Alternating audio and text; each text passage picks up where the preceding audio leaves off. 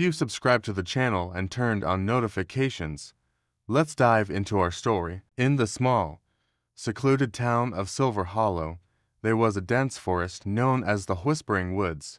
Locals spoke of the strange occurrences and eerie sounds that emanated from within its shadowy depths. Most avoided the forest after sunset, but some brave or foolish souls couldn't resist the allure of its mysteries. One such individual was Ethan, a young journalist with a penchant for the supernatural. He had heard countless tales about the Whispering Woods and was determined to uncover the truth behind the legends. Armed with his camera and notebook, he ventured into the forest one crisp autumn evening, just as the sun began to set. As he walked deeper into the woods, the sounds of civilization faded away, replaced by the rustling of leaves and the distant calls of nocturnal creatures. The path was overgrown and winding, and the trees seemed to close in around him, creating an oppressive, claustrophobic atmosphere. Ethan soon stumbled upon an old, abandoned cabin. It was dilapidated, with broken windows and a sagging roof, but it seemed like the perfect place to start his investigation. He stepped inside, his flashlight cutting through the darkness. The air was thick with dust, and the floorboards creaked under his weight. As he explored the cabin, Ethan found remnants of a past life, a dusty rocking chair, an old fireplace, and a bookshelf filled with decaying books. One book, in particular, caught his eye. It was a journal, its pages yellowed with age. The entries were written in a hurried, almost frantic hand, detailing strange occurrences and sightings of shadowy figures in the woods. Ethan's heart raced as he read the final entry. "I can hear them whispering at night. They call my name. I fear I am not alone in these woods. If anyone finds this, beware the voices. They are not of this world." Suddenly, a cold breeze swept through the cabin, extinguishing Ethan's flashlight. He fumbled in the dark, his heart pounding. Then he heard it. Faint whispers, growing louder and more insistent. They seemed to come from all directions, surrounding him. Terrified, Ethan stumbled out of the cabin and into the night. The whispers followed him, growing louder with each step. He ran blindly through the forest, branches scratching at his face and clothes. The whispers turned into sinister laughter, echoing through the trees. Just when he thought he couldn't run any longer, Ethan burst into a clearing. In the center stood an ancient stone circle, bathed in the eerie light of the full moon. The whispers ceased, replaced by an overwhelming silence. In the center of the circle, a figure stood, a tall, gaunt man with hollow eyes and a twisted smile. "Welcome, Ethan," the figure said in a voice that seemed to come from everywhere and nowhere. "We've been waiting for you." Ethan tried to scream, but no sound came out. The figure raised a hand, and darkness engulfed him. The last thing Ethan heard was the whispering of the woods, calling his name. The next morning, the townsfolk found Ethan's camera and notebook at the edge of the Whispering Woods. His body was never recovered, but his final entry was chilling. "The whispers are real. They want you. Beware the Whispering Woods." In the heart of a forgotten forest stood Ravenwood Asylum, an abandoned psychiatric hospital with a grim past. Built in the early 1900s, it housed the mentally ill and criminally insane, many of whom experienced cruel and inhumane treatments. Over the years, many stories and legends emerged about the asylum. Locals whispered about ghostly apparitions, eerie screams in the night, and shadows moving behind the broken windows. Anna, a young paranormal investigator, had always been fascinated by the asylum. Determined to uncover the truth behind the legends, she set out to spend the night inside Ravenwood, equipped with her camera and recording devices. As Anna stepped inside, the air grew cold, and a sense of unease washed over her. The halls were dark and silent, with only the sound of her footsteps echoing through the empty corridors. She entered an old patient room, finding a rusty bed frame and decaying medical equipment.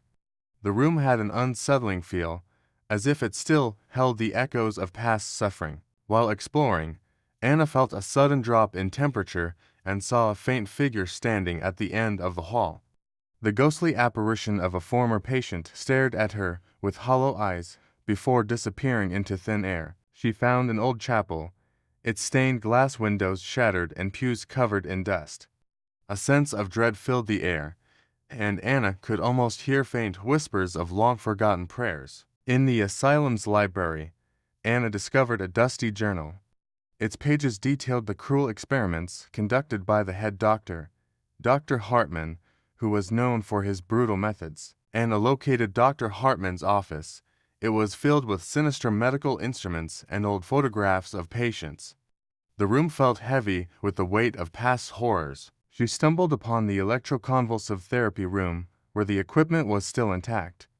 The sight of the metal restraints and the outdated machines sent chills down her spine. Anna found a file room containing detailed records of the patients and their treatments. The files painted a grim picture of the asylum's history and the horrors endured by its residents. As the night progressed, Anna experienced terrifying events, doors slamming shut, ghostly whispers, and shadowy figures following her every move. Terrified, Anna decided to leave, but the asylum seemed to conspire against her.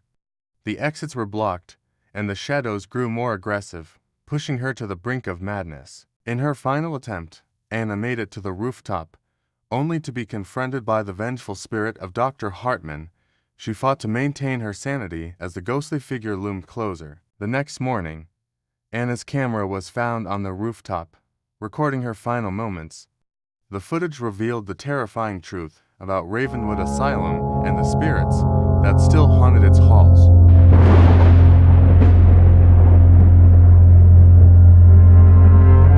The next morning, Anna's camera was found on the rooftop, recording her final moments. The footage revealed the terrifying truth about Ravenwood Asylum and the spirits that still haunted its halls. Inside the manor, some rooms were locked and sealed. According to rumors, terrible events had taken place in these rooms, and they were cursed. Alex, a young historian, came to Eldridge Manor to investigate its stories.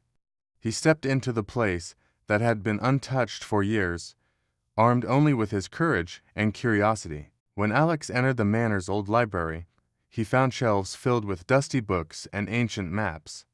The library felt like it was hiding the secrets of the past. As he walked through the corridors, Alex examined the family portraits hanging on the walls.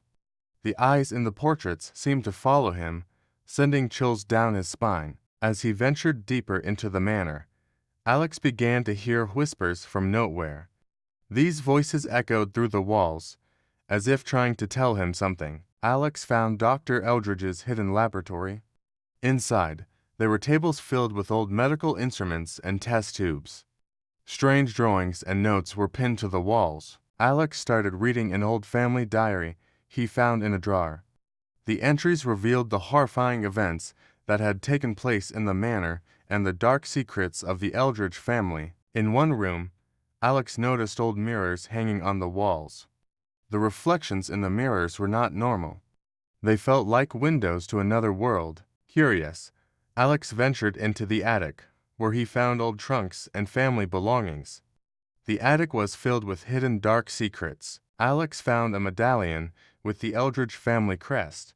He had a strong feeling that this medallion carried the family's curse. As midnight approached, strange occurrences in the manor increased. Alex found an old room used for rituals and felt a powerful energy there. As Alex walked through the dark corridors of the manor, he suddenly faced the shadows. These shadows were the spirits of past members of the Eldridge family. With the clues he found in the diary he read, Alex was close to solving the Eldridge family curse.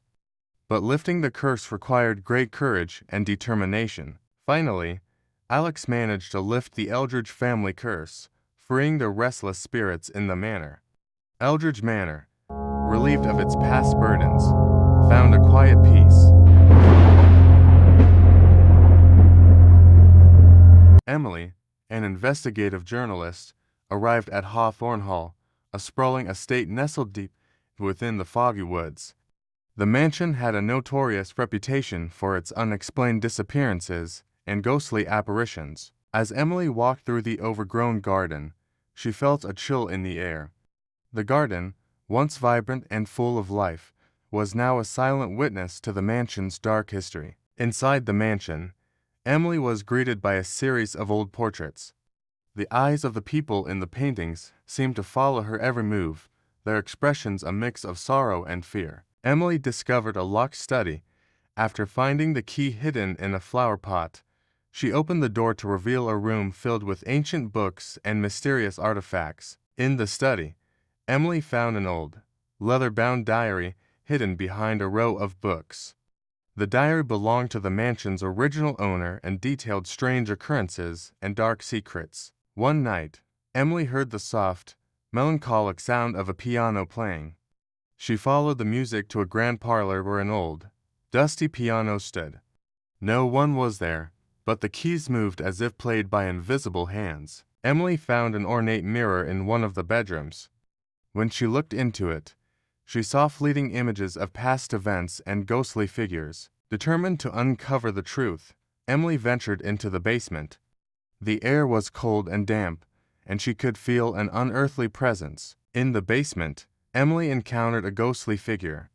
The apparition, a woman in a long, flowing dress, seemed to be trying to communicate with her. Behind a loose brick wall, Emily discovered a hidden chamber. Inside, she found relics and symbols suggesting dark rituals had taken place there. Among the relics, Emily found a pendant with strange engravings. She felt a surge of power when she touched it, realizing it was the key to breaking the mansion's curse. To lift the curse, Emily decided to conduct a seance at midnight.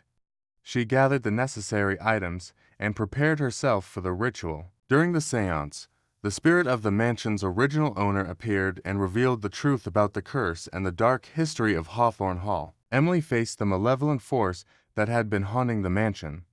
With courage and determination, she confronted the entity and used the pendant to break the curse. With the curse lifted, the spirits found peace, and Hawthorn Hall was finally free from its dark past. Emily's investigation brought closure to the mansion's tragic history.